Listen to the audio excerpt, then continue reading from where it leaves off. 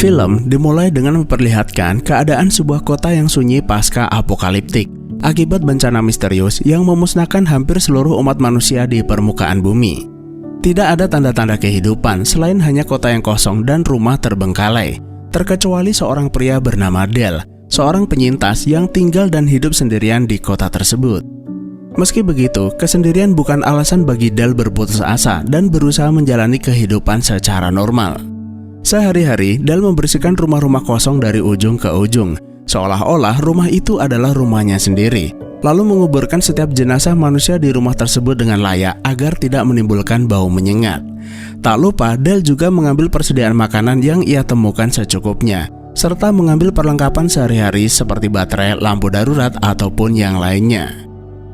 Setiap kali Del selesai membersihkan rumah, Del menandainya di peta sebagai pengingat bahwa rumah tersebut sudah dibersihkan. Kemudian menjelang maghrib, barulah Del pulang ke rumah untuk beristirahat di sebuah perpustakaan tempat di mana dulu ia bekerja. Semua rutinitas itu ia jalani dengan disiplin ketat dan keteraturan obsesif, seolah apa yang dia lakukan adalah satu-satunya cara demi menjaga kewarasannya. Perlahan kita bisa melihat bahwa kesendirian yang dialami Del bukan lagi sekedar bertahan pasca kehancuran dunia, melainkan sebuah pilihan emosional. Del seolah menikmati keheningan serta memiliki kendali penuh atas hidupnya di sebuah dunia tanpa konflik sosial, bahkan terkesan menghindari kemungkinan bertemu dengan manusia lain. Karena pada umumnya ketika sebuah bencana terjadi, setiap penyintas cenderung akan berusaha mencari satu sama lain. Namun dibalik semua itu, terungkap fakta bahwa sebelum terjadi kepunahan, Del adalah pria yang selalu diremehkan, hidup terpinggirkan, dan memiliki trauma yang begitu mendalam. Semua kesunyian ini justru membuatnya merasa aman, karena tidak ada penilaian, tidak ada tuntutan, bahkan tidak ada rasa bersalah atas sebuah kegagalan. Sampai di suatu malam, Del melihat seseorang menyalakan kembang api tak jauh dari tempat di mana ia tinggal. Hal itu membuat Del senang sekaligus khawatir. Del senang karena akhirnya ada penyintas lain. Namun di lain sisi, Del juga khawatir bagaimana jika orang itu adalah orang jahat yang bisa saja merusak ketenangan hidupnya.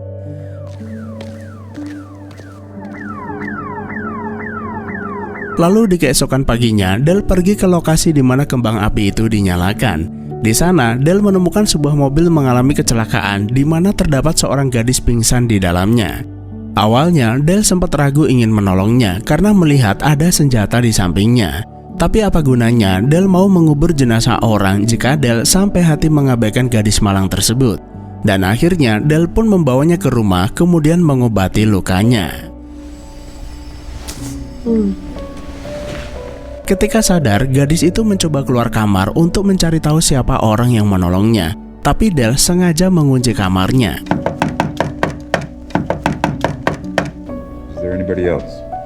Lalu dari balik pintu, Del bertanya, selain dirinya, apakah ada penyintas lain? Bagaimana dia bertahan selama ini dan kenapa ada senjata di mobilnya? Wanita itu mengatakan tidak, selama ini dia bertahan sendirian. Senjata itu ia temukan di jalan, lalu menyimpannya untuk berjaga-jaga dari kemungkinan terburuk. Wait! Diketahui wanita itu bernama Grace. Malam itu dia kelelahan berkendara lalu mengalami kecelakaan. Kemudian menyalakan kembang api berharap ada seseorang menemukannya. Where's the smell? Namun yang membuatnya heran, tidak ada bau menyengat di kota ini seperti yang terjadi di tempat lain. Semua itu tentu saja karena Del sudah mengubur jenazah manusia yang tersisa di area ini, sambil memasukkan koper Grace ke dalam mobil lalu memberinya kunci mobil seolah menginginkan gadis itu cepat pergi dari sini. Where are all the bodies? I buried them. The keys. Tapi Grace menolak dan ingin tinggal di sini bersamanya sambil mengikuti kemanapun Del pergi. Bahkan ketika Del pergi membersihkan rumah serta mengubur jenazah orang-orang, Grace terus mengikutinya dan membujuknya agar mau bicara dengannya. Everybody just dropping dead. Nah, dari sini kita bisa melihat Grace ini adalah seorang remaja energik, kesepian, dan membutuhkan interaksi sosial, yang secara drastis sangat bertolak belakang dengan Del yang begitu tertutup, cuek, dan terkendali. Karena terus dicuekin, Grace mencoba menawarkan diri untuk membantu Del membersihkan rumah dan jenazah, tapi tetap dicuekin. Meski begitu, Grace gak menyerah dan terus mengajak Del berbicara. sambil bertanya apakah Del mengetahui penyebab bencana ini. Why do you think it all happened? Doesn't matter. Del mengaku tidak tahu karena saat itu dia lagi tidur siang dan tahu-tahu semua orang sudah meninggal. Di lain sisi, bagi seorang manusia yang selalu diremehkan, mengetahui penyebab bencana bukan lagi hal penting baginya. You gonna keep asking me questions all night? Ketika Grace ingin bertanya lebih banyak, Del buru-buru memotong pembicaraannya, seolah memintanya diam. Hal itu pun membuat Grace heran, bagaimana bisa Del bisa bersikap begitu cuek ketika populasi manusia musnah secara misterius. Dan seperti yang dikatakan Del sebelumnya, terjadi bencana atau tidak sama saja. Saat itu ada 1.600 orang tinggal di tempat ini, tapi Del selalu merasa kesepian. Jadi ketika semua orang tiba-tiba tiada, kesendirian bukan lagi masalah baginya. Meskipun Del juga tidak berharap bencana misterius ini terjadi. Sikap Del tersebut membuat Grace merasa nggak diterima. Dan malam itu juga Grace memutuskan pergi meninggalkan tempat ini. Where are you headed? Namun tanpa disangka, Del datang menghampirinya. Pria itu berubah pikiran lalu menawari Grace tinggal di sini jika ia masih menginginkannya. Mereka bisa mencoba beradaptasi satu sama lain yang sebenarnya Del itu nggak tega membiarkan gadis itu pergi seorang diri. Grace tentu saja dengan senang hati menerimanya dan hari-hari kebersamaan mereka pun dimulai. I'm Grace. Okay. I'm Del. Esok paginya, Del beraktivitas seperti biasanya. Ketika Del hendak membersihkan komplek yang belum ditandai, Del melihat Grace melajukan mobilnya menuju sebuah rumah. Gadis itu ternyata berniat melakukan hal yang sama seperti Del, tapi dia nggak tahu harus memulai dari mana. Del bersedia dibantu, tapi hanya kali ini saja. You might wanna put this on. A necrophiliac in me would have to disagree with you. Pertama-tama, mereka mengeluarkan sampah dan makanan busuk di dalam rumah. Dilanjutkan dengan bersih-bersih halaman dan perabotan. Barulah setelah itu mereka menguburkan jasad pemilik rumah itu di tanah kosong setempat. Stretch the leather. Nah, saat hendak kembali, Grace bertanya, kenapa Del tidak memberi penghormatan terakhir. Del menyebut tidak semua yang dia lihat bisa dibicarakan dengan orang lain. Grace mengerti hal tersebut, tapi bagaimanapun juga dia adalah manusia. Dan sudah sewajarnya manusia yang hidup memberi penghormatan terakhir pada manusia yang baru saja dikuburkan. She was a person. Aren't you gonna say something? We should make chicken wings, pepperoni pizza, dipped in ranch. Setelah itu, keduanya mampir ke swalayan terdekat untuk mencari bahan makanan. Grace ingin membuat masakan favoritnya lalu bertanya apa yang Del inginkan. Dengan santai Del menjawab sebuah ketenangan. Quiet. What? Nothing. Lalu di perjalanan pulang, Grace menyalakan musik metal kesukaannya sambil berteriak-teriak seperti orang gila. Meski merasa terganggu, Del hanya diam saja, seolah nggak peduli dengan apa yang Grace lakukan. Esok paginya, Grace bangun kesiangan, lalu mendapati Del sudah pergi menjalankan rutinitasnya. Lalu di meja kerja Del, Grace menemukan tumpukan arsip yang berisi identitas serta foto-foto orang yang dikuburkan Del, yang membuat Grace nggak habis pikir untuk apa Del melakukannya. Siang itu, ketika Grace lagi jalan-jalan sambil mendengarkan musik, Grace kehabisan baterai, kemudian masuk ke sebuah rumah kosong untuk mencari baterai cadangan. Namun tanpa disangka, Grace malah menemukan seekor papi dalam keadaan sehat, yang membuatnya begitu senang kemudian membawanya pulang. Del enggak keberatan dengan anjing tersebut, tapi Del memberitahu Grace kalau dia alergi bulu. Dog! Lalu di sore harinya, keduanya pergi memancing. Di sana mereka hanya saling terdiam tanpa ada pembicaraan sama sekali. Sampai di rumah, Del memasak ikan tangkapan mereka untuk makan malam lalu ngajak Grace makan bersama. Hal itu menunjukkan bahwa hubungan keduanya tidak sekaku ketika pertama kali bertemu. Mereka saling berbagi cerita, bahkan terlibat adu mulut yang menunjukkan keakraban keduanya. Dog! Esok paginya, Grace mendapati anjing peliharaannya merusak buku-buku perpustakaan. Del meminta Grace membereskan kekacauan itu, sementara dia akan mengeluarkan anjingnya. You okay? You okay? Tapi anjing itu malah menggigit tangan Del. Grace yang merasa bersalah buru-buru meminta maaf lalu membantu Del menjahit lukanya. Del pun tak ragu berterima kasih pada Grace karena mau membantunya. Thank you. Hari berikutnya, Grace mendapati anjingnya hilang entah kemana. Keduanya pun bersama-sama pergi keliling kota mencari anjing tersebut. Lalu di tengah jalan, Grace tiba-tiba ingat kalau dia mengikat anjingnya sambil melirik ke arah Del. Del mengaku dia sengaja membiarkannya keluar karena tidak ingin anjing itu berak di dalam. Tapi ia berjanji akan membantu Grace mencari anjing tersebut. I let it out. I had to pee. Namun sayangnya, mereka tidak menemukan keberadaan anjing itu dimanapun, yang membuat Grace merasa sangat kehilangan, kemudian minum air kedamaian untuk menenangkan pikirannya. They're just objects to you. Sore itu, Grace menunjukkan arsip identitas dan kumpulan foto dari orang yang dikuburkan Del, yang membuat Grace menyadari Del melakukan semua itu karena Del nggak punya siapa-siapa. Namun, alih-alih ngeladeni Grace, Del mengingatkan Grace jangan kebanyakan minum karena bisa membuatnya hilang kendali. I had everyone. You had no one. I think you've had too much to drink. Sejak kejadian itu, hubungan keduanya menjadi renggang. Grace memutuskan tinggal di sebuah rumah karena kecewa dengan Del yang sudah menghilangkan anjingnya. Sampai di suatu pagi, Del mendatangi rumah Grace, lalu mendapati gadis itu sudah berkemas dan bersiap meninggalkan kota. What are you doing? Namun sebelum pergi, Del membawa Grace pergi ke tempat di mana ia bercocok tanam. Del mengaku nggak sanggup merawat kebun ini sendirian. Selain itu, masih banyak rumah di kota yang harus mereka bersihkan dan ia membutuhkan bantuannya. Don't forget to water that. Del akhirnya menyadari, di balik sikapnya yang dingin dan seolah tidak membutuhkan orang lain, Del hanyalah manusia biasa yang gak bisa hidup sendirian. Sementara kesunyian yang selama ini ia anggap sebagai perlindungan ternyata hanyalah bentuk lain dari pelarian. Kehadiran Grace seakan menyadarkannya bahwa manusia sejatinya adalah makhluk sosial, dan obat dari rasa trauma di masa lalunya bukanlah kesunyian melainkan kehadiran seseorang. And he asked the bartender. Hubungan keduanya pun kembali membaik.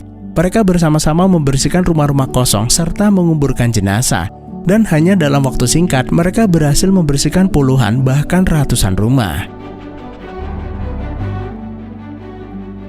Grace merasa menemukan kembali hidupnya yang telah lama hilang. Sementara Del menemukan semangat baru di dalam kehidupannya.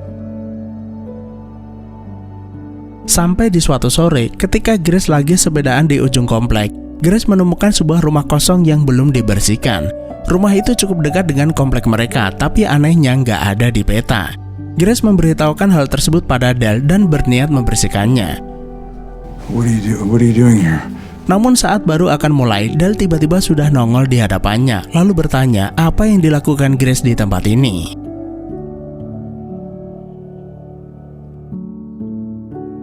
Sikap Del tersebut membuat Grace menduga rumah ini adalah rumahnya. Del sengaja menghapusnya di peta karena Del tidak ingin kembali ke tempat ini sambil menahan kesedihannya. Namun karena udah terlanjur sampai sini, Del pun memutuskan membersihkan rumah ini lalu menguburkan jasad mendiang ibunya. Whatever it is, you can tell me. Lalu di malam harinya, Grace sebenarnya ingin menceritakan dari mana asal-usulnya. Tapi Grace tiba-tiba mengurungkan niatnya, lalu keduanya pun menghabiskan malam di rumah Grace. Nah, ketika bangun di keesokan harinya, Del mendengar ada suara orang lain selain Grace di dalam rumah. Mereka adalah Patrick dan Violet yang mengaku sebagai orang tua Grace. Padahal Grace itu pernah cerita kalau kedua orang tuanya sudah meninggal karena sakit. Situasi itu membuat Del bingung dengan apa yang terjadi. Ditambah orang tua Grace mengetahui bahwa selama ini keduanya membersihkan rumah dan menguburkan jenazah orang-orang. What, others? He doesn't know. Mereka kemudian memberitahu bahwa sebenarnya masih banyak orang yang selamat dari bencana misterius yang jumlahnya ratusan bahkan mungkin ribuan. Dan mereka sengaja datang ke sini untuk menjemput Grace yang minggat dari rumah berbulan-bulan yang lalu. You didn't go out to see if there were other survivors? Nothing? But your parents back home? Namun setiap kali Grace ingin menjelaskan dan mencoba menghindar dari percakapan, orang tuanya selalu menyela seolah-olah ingin Grace tetap merahasiakan sesuatu. Well, I mean, you can't make that kind of stuff up. Apa yang disampaikan Patrick dan Violet tersebut membuat Del sangat marah karena Grace sudah membohonginya kemudian berpamitan. That's what's important. Okay, you all have to leave now. Don't listen to them. Grace buru-buru mencegah Del pergi, lalu memberitahunya bahwa mereka bukan orang tua kandungnya. Saat berada di komunitas para penyintas, Grace sengaja dipasangkan pada dua orang itu yang mana telah kehilangan anaknya, agar seolah-olah mereka menjadi keluarga yang utuh. Tapi Grace menolak hal tersebut dan memutuskan pergi selama berbulan-bulan sendirian. Sampai akhirnya dia bertemu dengan Del dan berhasil menemukan kehidupan lamanya yang sudah hilang. Karena itu Grace memohon agar Del membawanya pergi. Akan tetapi Del yang terlanjur marah pergi meninggalkan Grace begitu saja.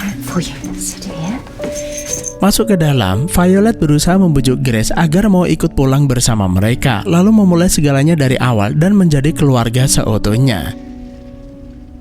Di lain sisi, Patrick diam-diam mengikuti Del ke perpustakaan yang juga berusaha membujuk Del untuk pergi bersama mereka agar Del bisa menjalani kehidupan baru. No. Para dokter di mana mereka tinggal berhasil melakukan sebuah terobosan besar, yaitu menciptakan sebuah alat terapi yang bisa mengendalikan pikiran seseorang untuk menyembuhkannya dari rasa trauma. Akan tetapi, Del menolak tawaran tersebut dan tetap ingin tinggal sendirian di kota ini. So we all gotta join the fold at some point. Patrick pun akhirnya menyerah lalu memberi alamat tujuan mereka. Jika sewaktu-waktu Del berupa pikiran, Del dipersilahkan pergi ke tempat tersebut. Singkat cerita, Grace pun akhirnya pergi meninggalkan kota tanpa berpamitan kepada Del.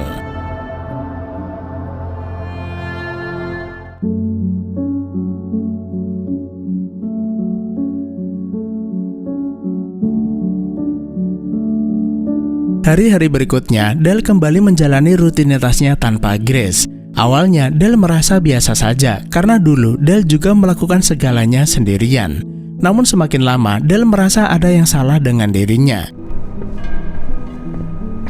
Di tengah kesunyian yang kembali menyelimuti kota, Del merasakan kehampaan yang jauh lebih dalam dibandingkan sebelumnya. Karena bagaimanapun juga, Del telah mencicipi kembali arti kehadiran orang lain. Dan kehilangan itu terasa lebih menyakitkan daripada kesunyian yang pernah menjadi pilihannya, yang sekali lagi membuktikan bahwa Del hanyalah manusia biasa yang membutuhkan kehadiran manusia lain. Yes.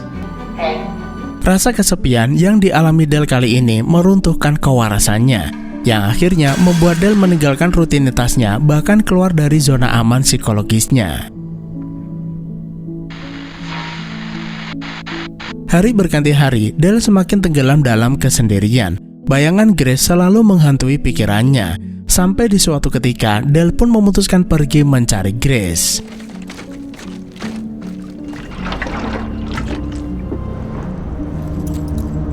Setelah menempuh perjalanan selama berhari-hari, sampailah Del di sebuah kota yang nampak dipadati penduduk. Del segera mencari di mana Grace dan keluarganya tinggal. Lalu dari balik jendela, Del diam-diam mengintip aktivitas keluarga Grace.